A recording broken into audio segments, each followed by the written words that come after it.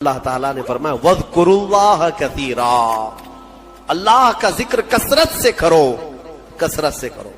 اے میرے عزیزو، اس ذکر نہ کرنے کی وجہ سے ہماری روحیں کمزور ہیں، ہمارے دل مرجھائے جا رہے ہیں۔ تمہیں پتا ہے جسم کو بھوک لگتی ہے، جسم کو کھانے کی بھوک لگتی ہے، اگر کھانا نہ دو تو پھر جسم کمزور ہوتا ہے اور چکر آنے لگتے ہیں۔ آپ روح کو برسوں سے نہیں کھلائے، روح بھی بھوکی ہوتی ہے اور اس کی بھوک اللہ کے ذکر سے مٹتی ہے، اس کی غذا اللہ کا ذکر ہے۔ روح کو کھانا کھلایا نہیں تو کب سے کمزور ہوگی، کب سے کمزور ہوگی۔ میں آپ کو بتاؤں ذکر میں اتنی طاقت ہے، اتنی طاقت، اللہ اکبر۔ میں نے بزرگوں سے سنا، آپ جانتے ہیں کہ ایک تپسیا کرنے کا طریقہ جو سادھوؤں کے پاس ہے وہ کیا ہے؟ صوفیہ اکرام، جو ہمارے صوفیہ اکرام ہیں، نفس کشی کرتے تھے اللہ کے ذکر سے، اسی کو حاصل کرنے کے لیے بہت سارے سادھو بھی آیا کرتے تھے صوفیہ اکرام کے پاس۔ آج بھی ماررہ مطہرہ میں یہ روایت موجود وہاں کی کتابوں میں ہے کہ کئی جگہ کے سادھو وہاں پر تربیت لینے آتے تھے۔ کس چیز کے لیے؟ تپسیا، آتما کی شکتی، روح کی طاقت حاصل کرنے کے لیے۔ اولیاء کاملین کے پاس حضرت شاہ حمزہ عینی رضی اللہ تعالیٰ عنہ، ماررہ مطہرہ کے ایک بڑے بزرگ ہیں، ان کا معمول تھا یہ سانس کو روک کر کے ذکر کرتے تھے۔ یعنی صوفیہ میں ذکر کا ایک طریقہ یہ بھی ہے، حبس دم، پاس انفاس جس کو کہتے ہیں، یعنی سانسوں کو بھی کنٹرول کر لیا جاتا ہے۔ سب سے زیادہ تم کس چیز کے محتاج ہو دنیا میں؟ کھانے کے، پینے کے، کس چیز کے؟ سانس کے محتاج ہو سب سے زیادہ۔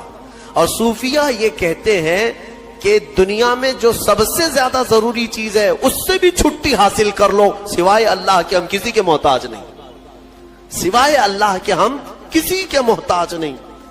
تو یہ ایسی اچانک نہیں آتا، اچانک نہیں آتا، تربیت کی ضرورت ہوتی ہے، برسوں اس میں مجاہدے ہوتے ہیں۔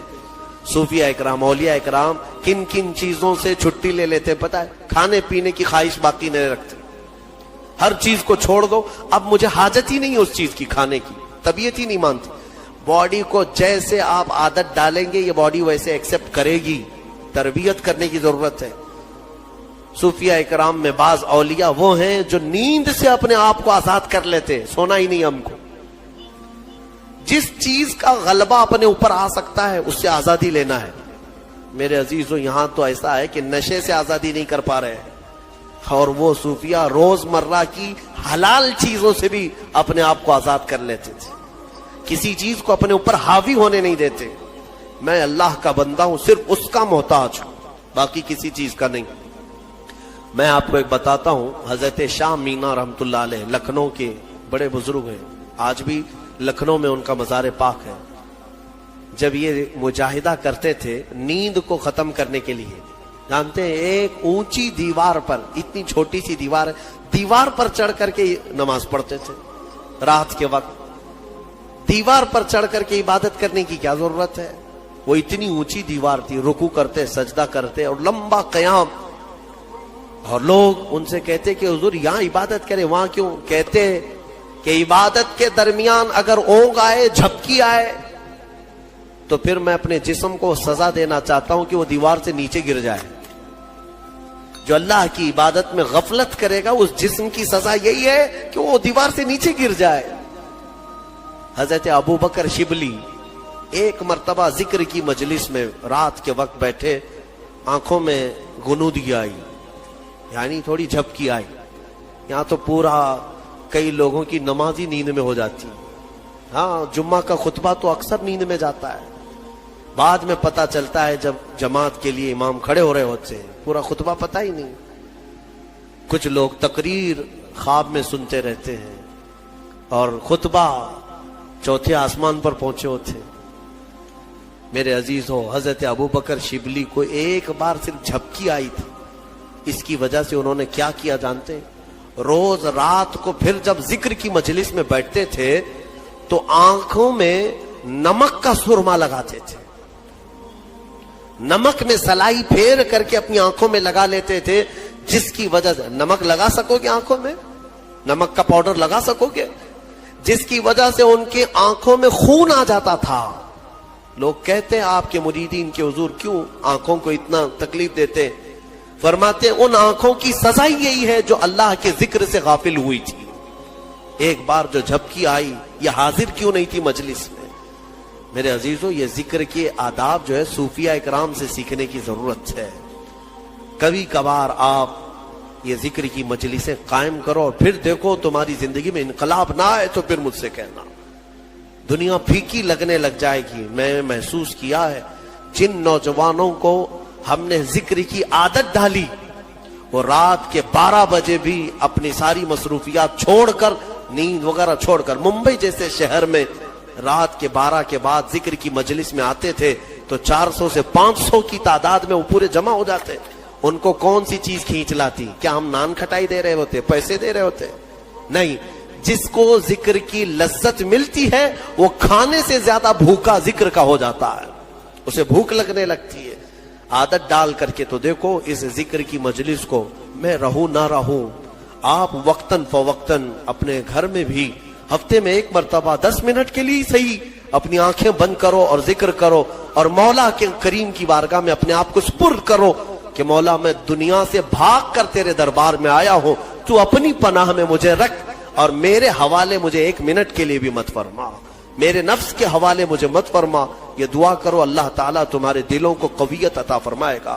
الا بذکر اللہ تطمئن القلوب، قرآن کی آیت ہے. مولا فرماتا ہے آگاہ ہو جاؤ، اللہ کے ذکر سے دلوں کو قرار ملتا ہے، دلوں کو سکون ملتا ہے.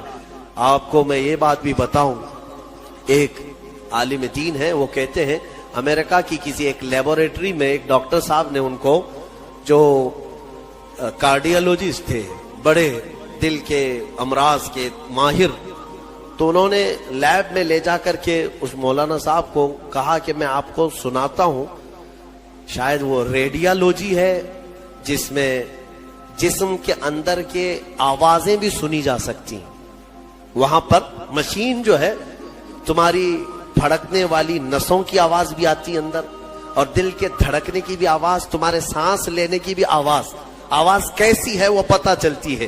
وہ مشینیں ان کے پاس موجود ہیں. تو وہ ڈاکٹر صاحب جو دکھانے کے لیے گئے تھے، مولانا صاحب سے کہنے لگے کہ ہماری مشینیں جو آواز سناتی ہیں، ہر ایک کی ہم نے ورڈز بنائے ہیں.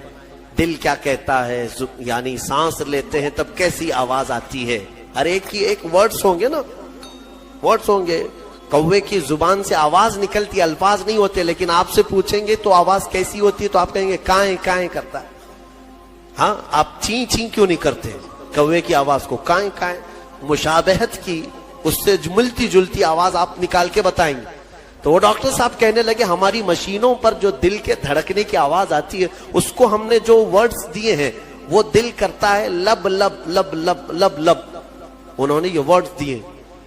وہ مولوی صاحب نے فرمایا کہ میاں آپ نے آواز تو سنی لیکن حقیقت تک نہیں پہنچے. حقیقت میں دل کی جو آواز ہے وہ رب رب رب رب کہتی ہے.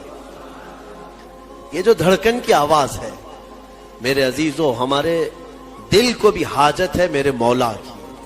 اس کو جب ذکر کی عادت ڈالو گے، ایک وقت ایسا آئے گا، میں آپ کو بتاؤں، سرکار مفتی اعظم ہند شہزادہ اعلی حضرت، ہاں آپ کی عمر 90 سال کے قریب ہو گئی اور ان کو دیکھی ہوئی آنکھیں آج بھی زندہ ہیں. ان کے مریدین ہیں، ابھی بھی موجود ہیں، وہ بوڑھے ہو چکے، لیکن ان کی زندگی ایسی پاکیزہ گزری ہے. تقوی و طہارت کے وہ امام تھے، مفتی اعظم ہند. آپ سوچیں 90 سال کی عمر میں جب وہ یہ کہتے ہیں کہ میری زندگی میں جوانی کب آئی اور کب گئی مجھے پتہ ہی نہیں چلا. یہ کون کہہ سکتا جس نے جوانی کے عیش نہ کیا ہو؟ ان کے متعلق ان کے خلیفہ ہیں، وہ فرماتے ہیں کہ اخیر زمانہ ان کا جو نزع کے عالم میں گزرا وہ بھی لمبا گزرا ہے. ہاں، یعنی تکلیف بہت شدت کی تھی. تو سوئے رہتے بستر پر، ان کے حجرے میں جو جاتے مرید ہوں یا خلیفہ، کہتے ہیں کہ آپ بستر پر لے اہل سنت کا ہے بیڑا پار، نجم ہے اور نہ ہے عطرت رسول